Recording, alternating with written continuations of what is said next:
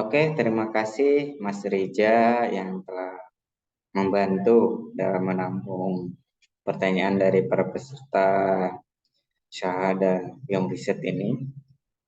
Oke, saya tanggapi satu persatu pertanyaan ataupun eh, ya yang ingin teman-teman telusuri secara mendalam terkait materi saya. Yang pertama, bagaimana menemukan novelty? Setahu saya, dalam menemukan novelty itu eh, ada beberapa bagian yang bisa memunculkan novelty ya teman-teman. Yang pertama, teman-teman bisa memunculkan novelty itu di teori yang teman-teman kemukakan. Dari contoh teori terdahulu itu apa yang disampaikan, teori pertengahannya apa, dan teori yang terbaru abad ini itu apa. Ada nggak perbedaan dari teori-teori itu? Itu bisa dalam teori menemukan novelty. Ternyata setelah kita baca dari beberapa apa penemu ataupun peneliti terdahulu terdapat perbedaan teori. Itu sebenarnya novelty. Yang pertama dari teori. Yang kedua dari data yang kita gunakan. Contoh data itu pertumbuhan ekonomi itu sering diukur dengan kemiskinan, pendapatan negara dan lain-lain. Ternyata kita contoh peneliti dari ekonomi syariah mencoba meneliti dari apakah salah satu keuangan syariah, contoh perbankan syariah atau sukuk itu bisa nggak berpengaruh terhadap eh, pertumbuhan ekonomi. Ini contoh ya, itu dengan menambahkan variabel yang belum pernah diteliti sebelumnya ataupun eh, tidak di variabel, contoh tenggang waktu. Biasanya peneliti itu menggunakan waktu hanya 10, 2, ya 10 atau hanya memenuhi standar yaitu berapa tahun gitu. Nah, kita lebih menggunakan lebih panjang dan data terbaru. Contoh kalau sekarang 2022 ataupun 2023, mungkin kalau 2023 belum muncul ya. Biasanya kalau data keuangan itu biasanya 2022 terakhir. Itu bisa kita gunakan, berarti itu data terbaru. Itu pun bisa menjadi novelty teman-teman. Dan yang terakhir, itu bisa aja di lokasi ataupun tempat. Karena tempatnya berbeda, itu bisa menjadi novelty teman-teman. Biasanya penelitian ini dilakukan di negara Amerika ataupun Malaysia. Nah, ini mencoba menggunakan data yang berada di Indonesia dengan menggunakan variabel A, B, C, dan D. Nah, seperti itu bisa disampaikan sebagai novelty teman-teman, kebaruan teman-teman. Ataupun biasanya ini hanya dilakukan di satu negara, teman-teman menggunakan, kan kalau ASEAN udah sering ya teman-teman dengar. Mungkin karena ada organisasi OKI, nah itu bisa digunakan eh, di apa di cakupannya lokasinya negara-negara OKI. Walaupun negara-negara OKI udah banyak juga isu terbaru itu ada G20. Nah, itu boleh digunakan lokasi ataupun objek penelitiannya di anggota negara G20. Seperti itu, teman-teman. Yang kedua, berapa banyak paragraf dan halaman dalam pendahuluan? Nah, ini sebenarnya saya selama meneliti itu tergantung jurnal yang teman-teman tuju. Itu ada yang mencantumkan berapa banyak berapa banyak paragraf dan halaman dalam pendahuluan, ada juga yang tidak mencantumkan. Itu teman-teman silakan aja nanti disesuaikan dengan jurnalnya. Karena kalau bakunya itu sepertinya tidak ada, tapi rata-rata yang saya sering itu kalau paragrafnya bebas tergantung enaknya teman-teman, cuman kalau di halaman itu ada yang maksimal 4 atau 5 yang saya pernah temukan ya. Mungkin teman-teman nanti boleh beda. Itu terkait dengan pendahuluan. Yang ketiga, ini terkait apakah sama novelty dan gap research. Kalau saya sendiri pernah menemukan dari beberapa dosen dan guru saya, itu ada yang menyebut itu sama. Karena pada akhirnya dari gap riset itu adalah untuk menemukan novelty. Tapi ada yang juga menganggap novelty dan gap riset itu beda. Gap riset itu kesenjangan penelitian. Contoh teman-teman, ada yang mengartikan seperti ini. Gap riset itu contoh dalam penelitian si A, si B itu menemukan berpengaruh. Sedangkan di penelitian si C dan D itu berbeda. Nah, teman-teman bisa mengambil dari penelitian A, B, C, dan D itu menjadi gap riset karena berbeda dalam hasil penelitiannya. Sedangkan di novelty itu teman-teman, selain menemukan perbedaan dalam penelitian, teman-teman juga harus memunculkan novelty apa yang ingin teman-teman munculkan dalam itu. Contoh, selain dari perbedaan penelitian A, B, C, D, teman-teman menambahkan ataupun eh, mengelaborasi dengan negara, contoh ya kalau cakupan negara anggota G20 ataupun negara anggota OKI yang berada di top 10 negara tertinggi. Nah, seperti itu. Ataupun dengan metode, bisa dengan metode terbaru ataupun metode yang belum pernah dilakukan oleh yang lain. Kalau yang lain biasanya menggunakan regresi biasa ataupun dengan menggunakan time series yang eh, belum dinamis. Nah, teman-teman menggunakan metode yang terbaru itu menjadi novelty. Itu mungkin ya teman-teman bisa saya tanggapi terkait ya itu ada yang menyebutkan sama dan ada yang menyebutkan berbeda. Jadi ya teman-teman bisa belajar kembali apakah teman-teman akan di posisi menyamakan ataupun teman-teman posisinya adalah menganggap sama. Dan yang terakhir, apakah komponen artikel itu baku harus terdiri yang dari pemateri sampaikan? Ya, saya izin share screen. Share screen. Oh ya, terkait ini ya, Imra CR. Nah, terkait ini sebenarnya, teman-teman saya tadi juga sudah menyinggung di awal. Imra CR ini tidak baku, tiap artikel itu ada. Ya, maksudnya lengkap seperti ini.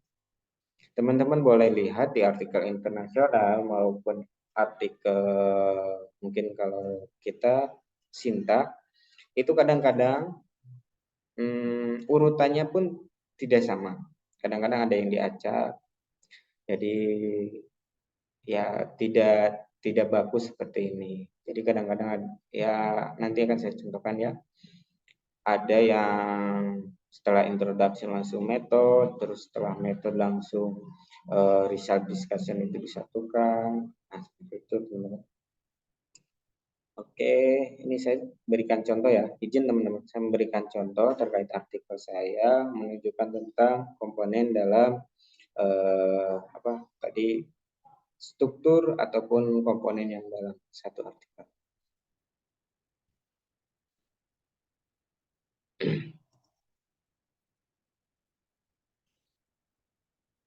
Hmm.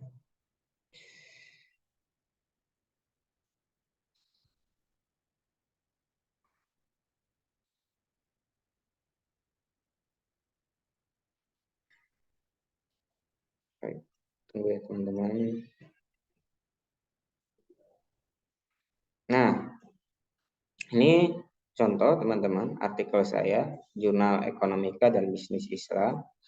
Ini Sinta 4, ini punyanya UNS. Di sini itu saya mencoba menjelaskan tentang kontribusi variabel makro terhadap sukup perusahaan di Indonesia. Periode menggunakan 2011 sampai 2021. Nah, ketika teman-teman di sini pun mungkin teman-teman sering mendengar variabel makro itu udah banyak katanya. Nah, ya, tapi di sini kita lihat tenggang waktunya saya gunakan 2011 sampai 2021. Dan teman-teman bisa juga dalam suatu artikel itu teman-teman kolaborasi dengan penulis yang lain. Contoh di sini saya mau berkolaborasi dengan penulis lain, itu boleh teman-teman. Itu biasanya sekarang dianjurkan dengan kolaborasi penulisan dengan penulis yang lain. Nah, biasa di sini terdapat abstrak. Nah, abstrak, kata kunci. Nah, pendahuluan. Nah, di sini saya juga teman-teman mungkin nanti bisa cek di Google Scholar saya. Nanti teman-teman bisa baca dan pelajari secara detail. Nah, di sini ada terkait dengan data yang saya sampaikan terkait dengan suku ataupun ya keuangan syariah, suku reksadana syariah, dan pasar modal.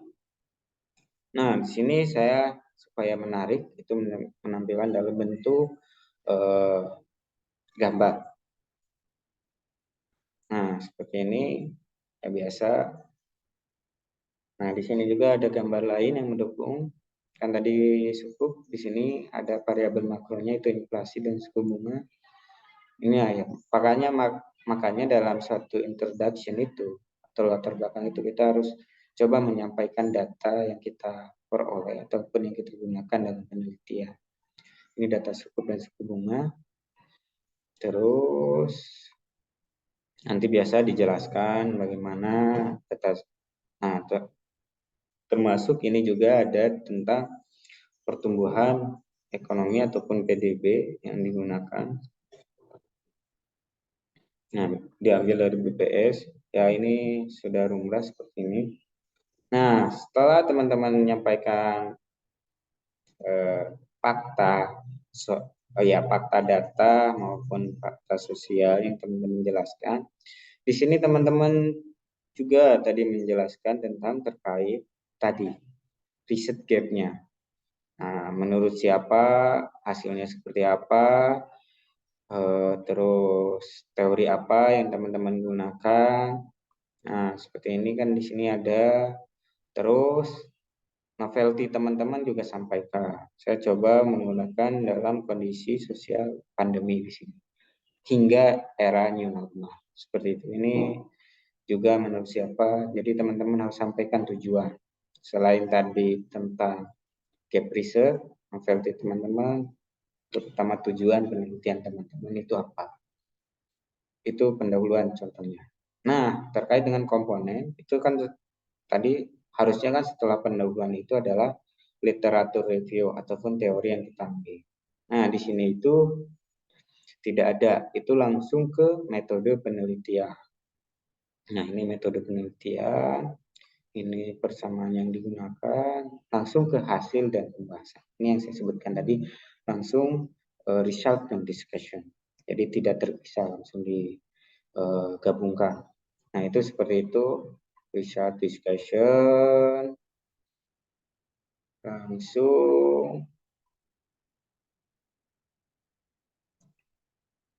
Nah, ini ya seperti yang tadi saya sampaikan, itu harus menyampaikan. Nah, langsung ke kesimpulan, conclusion, dan yang terakhir itu referensi yang kita gunakan.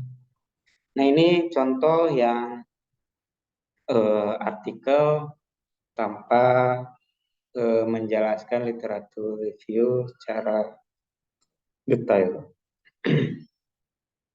Kita contoh artikel yang kedua. Nah, ini jurnal Al-Amwal juga, teman-teman. Ini jurnal tentang ekonomi perbankan syariah. Ini pun sama, Sinta 4.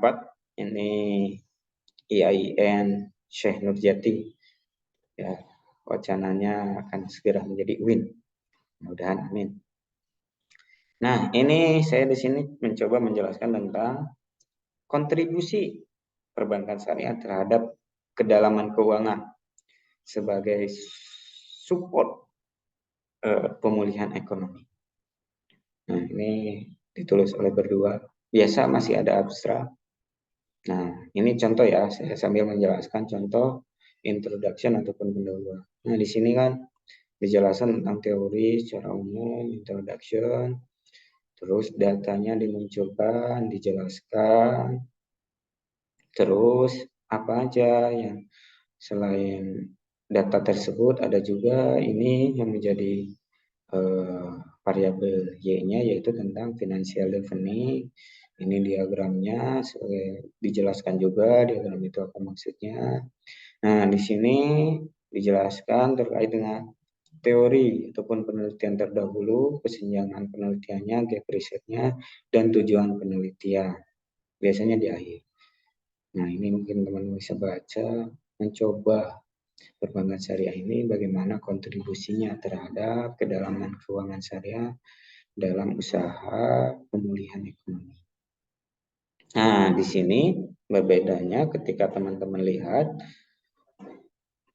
komponen artikelnya itu ada literatur review. Nah, di sini dijelaskan. Financial reasoning itu apa? Variabelnya itu apa? Dan biasa di akhir itu biasanya ada hipotesis. Apa sih hipotesis yang kita gunakan? Nah, tadi kan dijelaskan juga hipotesis. Dan posisi penelitian teman-teman ataupun gap research-nya seperti apa dengan penelitian-penelitian terdahulu. Nah, metode mungkin sama. Nah, result dan discussion sama. Nah, ini ya mungkin teman-teman nanti bisa pelajari kalau tertarik dengan beberapa artikel saya yang sudah publish, yang conclusion. Itu silakan dirujuk. Saya tidak keberatan untuk dirujuk oleh teman-teman, karena saya berbahagia kalau teman-teman merujuk artikel saya. Ya, mungkin itu yang bisa saya sampaikan, Mas Rija, terkait dengan pertanyaan teman-teman semua. Mudah-mudahan ada manfaatnya. Saya kembalikan kepada moderator. Terima kasih. Assalamualaikum warahmatullahi wabarakatuh.